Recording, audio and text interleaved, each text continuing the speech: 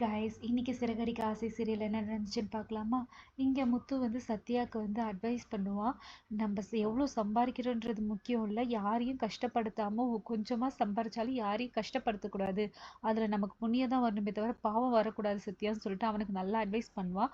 இதெல்லாம் கேட்டோடனே சத்யாவுக்கும் வந்து புரிஞ்சோடனே எனக்கு புரியுது மாமா, நான் இப்போவே வந்து நான் இது பண்ணுறேன், உனக்கு நீ நல்லா படிச்சிருக்க, உனக்கு நல்ல வேலை கூட கிடைக்கும் சத்யா, ஆனால் இந்த வேலையில் வந்து நீ பாவத்தை தான் சேர்க்குறத சொல்லிட்டோன்னே சரி மாமா நான் புரிஞ்சுக்கிட்டேன் மாமா நான் போறேன்னு சொல்லிட்டு அவன் போயிடுவான். உடனே முத்தோட ஃப்ரெண்டு சொல்லுவான், பாவம்டா சத்யா அவன் ரொம்ப ஃபீல் பண்றானே. இல்லடா அவனுக்கு தெரியல இது எவ்வளோ ஒரு பாவமானதுன்னு. நம்ம நிறைய சம்பாரிச்சாலும் மற்றவங்கள வந்து ஹர்ட் பண்ணக்கூடாது, மற்றவங்களுக்கு எந்த தப்பும் நம்ம தெரிஞ்சும் தெரியாம பண்ணக்கூடாதுன்றது அவனுக்கு புரியணும்னு சொல்லிட்டு சொல்லுவான். நீ சொல்றதும் சரிதான்ப்பான்னு சொல்லிட்டு இங்க வந்து நீத்துவை பார்க்க வந்து ஸ்ருதி வருவா. ஸ்ருதி வந்து 20 ஃப்ரைட் ரைஸ் வந்து எனக்கு ஆர்டர் வேணும்னு. இது ஏன் ஸ்ருதி நீங்களே ரெஸ்டாரண்ட் வச்சுட்டு இங்க வந்து ஆர்டர் பண்றீங்க, ஏன் உங்க ரெஸ்டாரண்ட்ல யாரும் வேலைக்கு வரலையா? இல்ல இல்ல, என் ரெஸ்டாரண்ட்லலாம் முன்ன விட இப்ப நிறைய பேர் வந்திருக்காங்க, அதுவும் இப்ப நிறைய காலேஜ் ஸ்டூடெண்ட்ஸ் யங்ஸ்டர்ஸ் அது மாதிரி நிறைய பேர் வேலைக்கு வந்திருக்காங்க. எங்க இதுல இப்ப வந்து ரஷ் அதிகமா இருக்கு, சடனா தெரிஞ்சவங்களும் நிறைய பேர் வந்துட்டாங்க, அதனால எங்களுக்கு ஃபுட் வேணும். ஸோ அதனால தான் எங்கேயாவது வேற எங்கேயாவது இல்லைன்னு சொல்ல முடியாதுல்ல, அதான் வேற எங்கேயாவது ஆர்டர் பண்ணி கொடுக்கலாம்னு சொல்லிட்டு தான் இங்கே வந்தேன்னு சொல்லிட்டு சொல்லுவோம். ஏன் யூனோ நேத்து முன்ன விட இப்பதான் என் ரெஸ்டாரண்ட்ல வந்து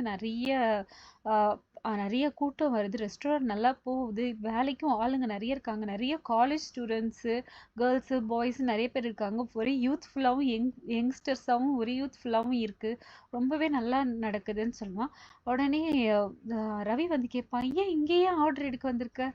அதான் சொன்னல, என்னோட ரெஸ்டாரண்ட்ல வந்து கூட்டமா இருக்கு, இப்ப செஞ்சு கொடுக்கவே ஆள் பத்தல, அதனால தான் சரி சொல்லிட்டு கேட்டவங்களுக்கு இல்லைன்னு சொல்ல முடியாதுல்ல, அதுவும் இல்லாமல் டேஸ்ட்டும் வந்து காம்ப்ரமைஸ் பண்ணக்கூடாது, அதனால தான் இங்கே வந்தேன்னு சொல்லிட்டு சொல்லுவான்.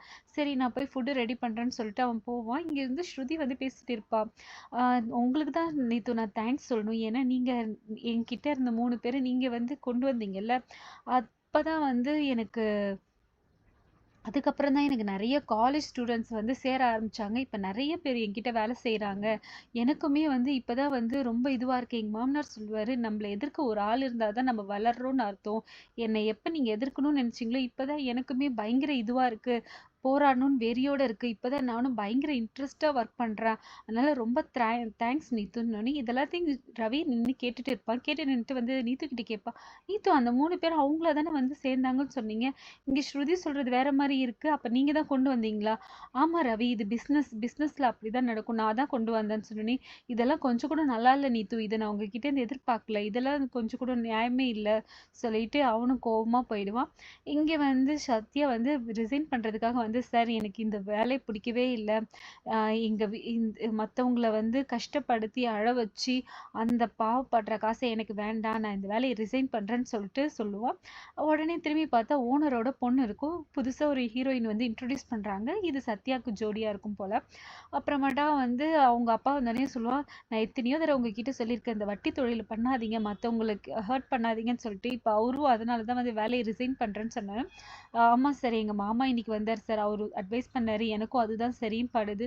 சரிப்பா ஒன்றும் கவலைப்படாத, நீ சொல்ற மாதிரி நம்மள ரூல்ஸ் எல்லாம் மாத்திரலாம், நியாயமாவே இது பண்ணலாம்னு சொல்லிட்டு சத்யா சொன்ன ஐடியா படி கேட்பாங்க. சத்யா சொல்லுவா, இதை இப்படி பண்ணலாம், கவர்மெண்ட்ல பேங்க்ல கொடுக்குற மாதிரி நம்மளும் கொடுக்கலாம், கம்மியான வட்டிக்கு நிறைய ரூல்ஸ் வைப்போம், ரூல்ஸ் வச்சு நிறைய பேருக்கு கொடுப்போம்னு சொன்னோன்னே அதுக்கு வந்து அவரும் ஓகே சொல்றாரு. அவங்க பொண்ணு சொல்லும், இதுக்கப்புறம் பிஸ்னஸ் நான் தான் டேக் ஓவர் பண்றதா இருக்கிறேன்னு சொல்லிட்டு, சரி மேடம் சொன்னோன்னே, மேடம்லாம் கூப்பிடாதீங்க, நான் சின்ன பொண்ணு தான், நீங்க தான் என்ன ட்ரெயின் பண்ணணும்னு சொல்லிட்டு சொல்லுவாங்க. இங்க வந்து சிந்தாமணி வந்து வருவாங்க.